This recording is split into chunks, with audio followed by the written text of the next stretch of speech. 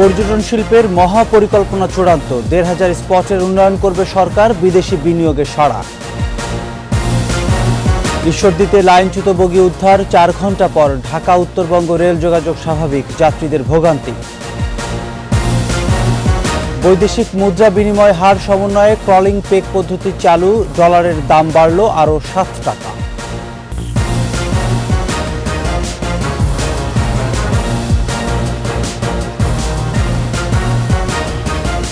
শুনছিলেন first security ইসলামী bank PLC সংবাদ শিরোনাম।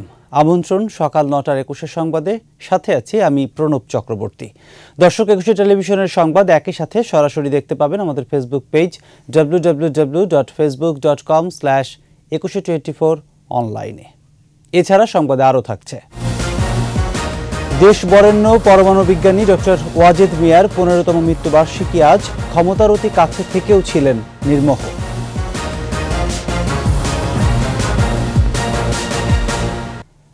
দেশের পর্যটন শিল্পের উন্নয়নে নেওয়া হচ্ছে মহাপরিকল্পনা। প্রায় ১,৫০০ পর্যটন স্পটের উন্নয়ন করবে সরকার। বিশ্বমানের করে গড়ে তুলতে গুরুত্ব দেওয়া হচ্ছে বিদেশি বিনিয়োগ, এরই মধ্যে মিলেছে সাড়াও। তবে পরিকল্পনার পাশাপাশি আলাদা মন্ত্রণালয় গঠনের দাবি ব্যবসায়ীদের। বিস্তারিত জানাচ্ছেন আহমেদ বাবু। বৈচিত্র্যময় প্রকৃতি আর ঋতুর দেশ বাংলাদেশ। পৃথিবীর দীর্ঘতম সমুদ্র সৈকত কক্সবাজার কিংবা কুয়াকাটায় একই সঙ্গে সূর্যোদয় ও সূর্যাস্তের বিরল দৃশ্য সত্যি তুলনাহীন। পার্বত্য অঞ্চলের নৈসর্গিক দৃশ্য মন কাড়ে পর্যটকের। ট্রেকিং এর জন্য তরুণদের প্রধান আকর্ষণ। দেশি পর্যটকের পাশাপাশি বিদেশি পর্যটকদের আকৃষ্ট করতে কিছু বাধা আছে। যেগুলো পর্যটন কেন্দ্র আছে, এগুলো রাস্তাঘাট এবং পরিষ্কার পরিচ্ছন্নতা সবকিছু যদি উন্নত করা যায়, তো সেক্ষেত্রে যারা বিদেশে থেকে আসবে তাদের এই বাংলাদেশের প্রতি একটা আগ্রহ বাড়বে। পর্যটক যে প্লেসগুলো আছে, স্পটগুলো আছে, এগুলোর প্রতি যদি আমাদের সরকার যদি কোনো কাজ করতে পারে, তাহলে আমি মনে করি যে সরকার ওখান থেকেও ভালো একটা বেনিফিট পাবে। দক্ষিণে সুন্দরবন, পৃথিবীর অন্যতম বড় ম্যানগ্রোভ ফরেস্ট। এছাড়া সিলেটের অপরূপ প্রকৃতি, হাওরের জলমগ্ন জীবন এক অনন্য পর্যটন সম্ভাবনা। কিন্তু পর্যটন এলাকায় দেশি দর্শনার্থী থাকলেও নেই বিদেশি পর্যটক। মূলত নীতি সহায়তা না থাকায়, অবকাঠামো সংকট, বিদেশি গণমাধ্যমে প্রচারহীনতা এবং পরিকল্পনা বাস্তবায়নে দুর্বলতার কারণেই এগুতে পারছে না পর্যটন খাত। ট্যুরিজমে যারা উন্নতি করেছে প্রত্যেকটা দেশেই কিন্তু এটা সরকার প্রধান যিনি থাকেন তার নিয়ন্ত্রণে থাকে। তার কারণটা হচ্ছে পর্যটন শিল্পের যে খাতগুলো আছে ওখানে অনেকগুলো মন্ত্রণালয় সম্পৃক্ত। আসলে এটা একটা সম্পূর্ণ আলাদা মন্ত্রণালয় হওয়া উচিত। পর্যটন খাতকে যদি আপনি প্রধানমন্ত্রীর দপ্তরের সাথে জড়িত করতে পারেন তাহলে দেখবেন এর রূপটাই পাল্টে যাবে। পর্যটনের উন্নয়নে বিভিন্ন সময়ে নেওয়া হয়েছে মহাপরিকল্পনা, তবে নানামুখী আমলাতান্ত্রিক জটিলতায় তা আলোর মুখ দেখেনি। তবে এবার মহাপরিকল্পনায় আছে রোডম্যাপ। এর মাধ্যমে দেশের ১,৫০০ পর্যটন স্পটের উন্নয়ন করবে সরকার। ৫৩টি ক্লাস্টারের মধ্যে ৮ বছরে উন্নয়ন করা হবে ১৯টি। বিদেশি পর্যটকদের জন্য আলাদা স্পটের পাশাপাশি সব ধরনের সুযোগ সুবিধা দেওয়া হবে। সারা বিশ্বের ট্যুরিজম সেক্টর ডেভেলপমেন্টের জন্য আমরা এখন বেসরকারি উদ্যোক্তাদের সাথে কথা বলতে চলছে। সৌদি আরবের একটা টিম আসবে এই মাসে, তারপরে জাপানি একটা কোম্পানি আমাদের সাথে কথা বলে গেছেন, তারপরে আমাদের আরও বিভিন্ন দেশের সাথে আমাদের আলোচনা চলছে। আর বাংলাদেশ ট্যুরিজম বোর্ড, তাদের মাধ্যমে একটা মাস্টার প্ল্যান করা হচ্ছে, এটা শেষ পর্যায়ে আছে। পরিকল্পনা বাস্তবায়নে বিদেশি বিনিয়োগের উপর গুরুত্ব দিচ্ছে সরকার। তবে পর্যটন কর্পোরেশন মনে করছে এ খাতের উন্নয়ন কেবল একটা মন্ত্রণালয়ের বিষয় নয়, সমন্বিত উদ্যোগ দরকার। আহমদ বাবু, ২১ টেলিভিশন, ঢাকা। পাবনার ঈশ্বরদীতে মোলাডুলি রেল স্টেশনের কাছে একটি বগি লাইনচ্যুতির ঘটনায় ৪ ঘণ্টা পর ঢাকার সঙ্গে উত্তরবঙ্গের রেল যোগাযোগ স্বাভাবিক হয়েছে। বৃহস্পতিবার ভোররাতে ঢাকাগামী আন্তনগর বুড়িমারি এক্সপ্রেস ট্রেনের একটি বগি লাইনচ্যুত হয়। এতে ঢাকার সঙ্গে উত্তরবঙ্গের রেল যোগাযোগ বন্ধ হয়ে যায়। তবে এ ঘটনায় কেউ হতাহত হয়নি। বগি লাইনচ্যুত হওয়ায় আটকে পড়ে কয়েকটি আন্তনগর ট্রেন, ভোগান্তিতে পড়েন যাত্রীরা। খবর পেয়ে উদ্ধারকারী ট্রেন এসে বগিটি উদ্ধার করলে ট্রেন চলাচল স্বাভাবিক হয়। এ ঘটনায় ৩ সদস্যের তদন্ত কমিটি গঠন করা হয়েছে।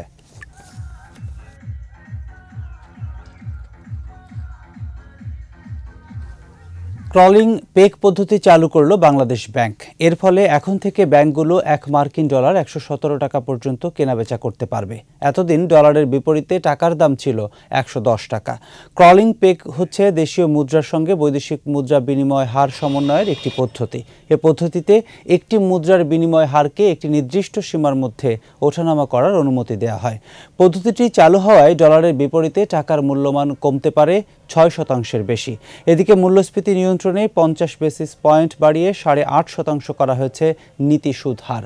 এছাড়া স্ট্যান্ডিং ল্যান্ডিং ফ্যাসিলিটি 10% এবং standing deposit rate 50 basis point বাড়িয়ে করা হয়েছে 7%। বুধবার থেকেই এসব সিদ্ধান্ত কার্যকর হবে বলে জানিয়েছে কেন্দ্রীয় ব্যাংক। দেশ বরেণ্য পরমাণু বিজ্ঞানী ডক্টর এম.এ. ওয়াজেদ মিয়া বিশ্বের দরবারে বাংলাদেশের এগিয়ে যাওয়ার ইতিহাসে এক সমুজ্জ্বল নক্ষত্রের নাম।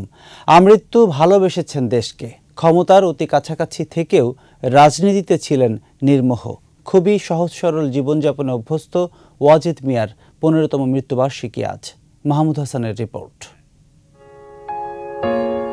1942 সালের 16 ফেব্রুয়ারি রংপুরের পীরগঞ্জ উপজেলায় ফতেহপুর গ্রামে জন্ম ডক্টর এম ওয়াজেদ মিয়ার। বন্ধু ও পরিবারে পরিচিত ছিলেন সুধা মিয়া নামে। বাবা আব্দুল কাদের মিয়া এবং মাতা ময়জুন্নেসার 7 সন্তানের সর্বকনিষ্ঠ।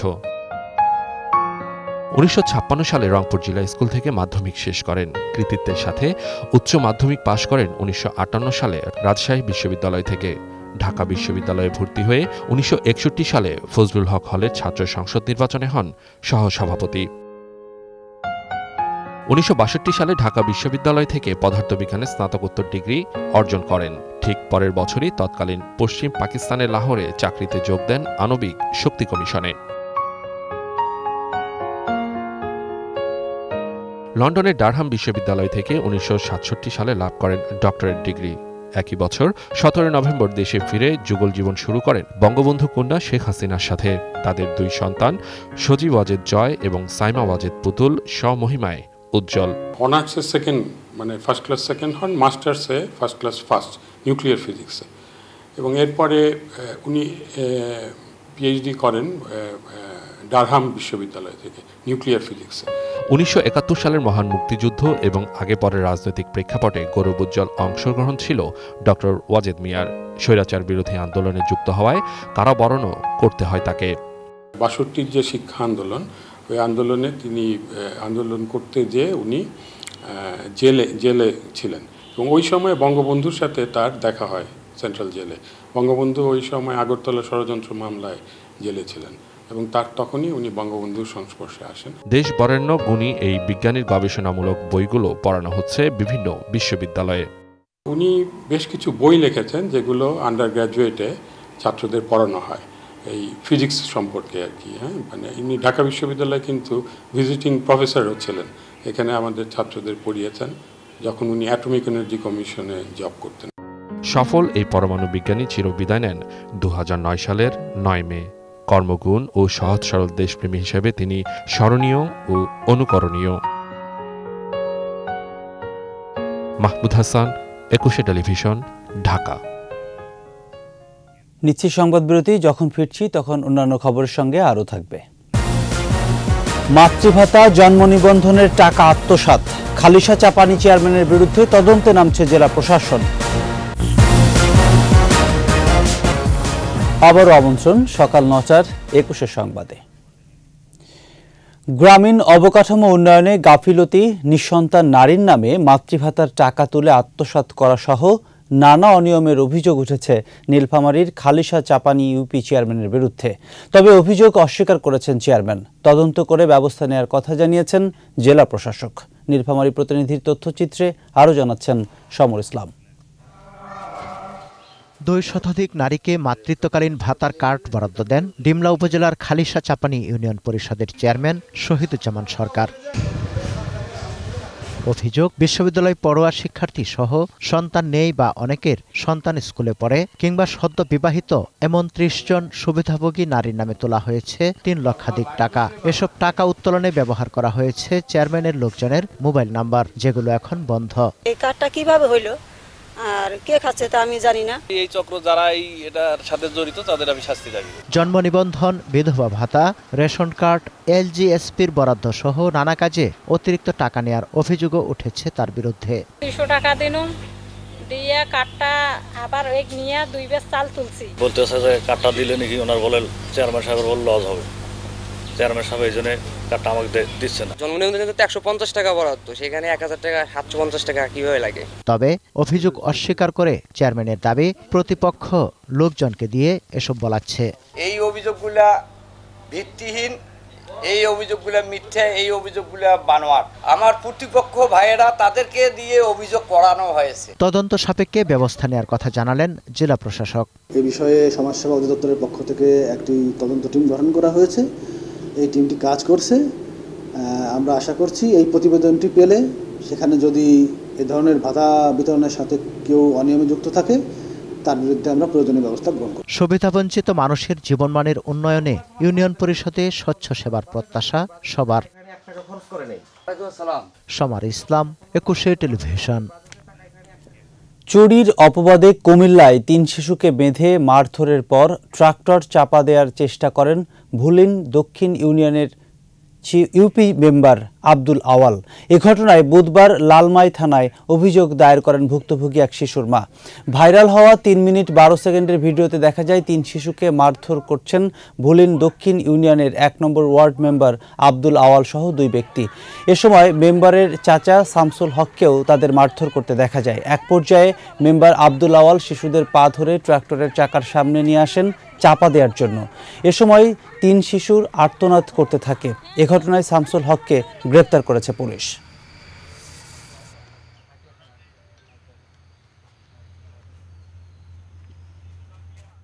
ঘটনার সাথে জড়িত একজনকে ভিডিওতে যার ছবি আছে আর কি, তাকে আটক করা হয়েছে। আর এই ঘটনার সাথে যে বা যারাই জড়িত থাকুক, আইনের ঊর্ধ্বে কেউ না, আমরা সবার বিরুদ্ধে আইনগত ব্যবস্থা গ্রহণ করি। এরই সাথে শেষ করছি সকাল 9টার 21 সংবাদ। যাবার আগে ফার্স্ট সিকিউরিটি ইসলামী ব্যাংক পিএলসি সংবাদ শিরোনামগুলো আরও একবার। পর্যটন শিল্পের মহাপরিকল্পনা চূড়ান্ত, 1,500 স্পটের উন্নয়ন করবে সরকার, বিদেশি বিনিয়োগের সাড়া। ঈশ্বরদীতে লাইনচ্যুত বগি উদ্ধার, 4 ঘন্টা পর ঢাকা উত্তরবঙ্গ রেল যোগাযোগ স্বাভাবিক, যাত্রীদের ভোগান্তি। বৈদেশিক মুদ্রা বিনিময় হার সমন্বয়ে ক্রলিং পেগ পদ্ধতি চালু, ডলারের দাম বাড়ল আরও 7 টাকা।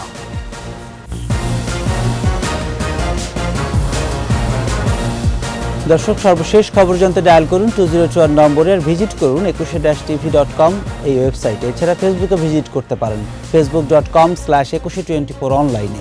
এতক্ষণ সাথে থাকার জন্য ধন্যবাদ। পরবর্তী সংবাদ দুপুর 12টায় দেখার আমন্ত্রণ রইল। 21-এর সাথেই থাকুন।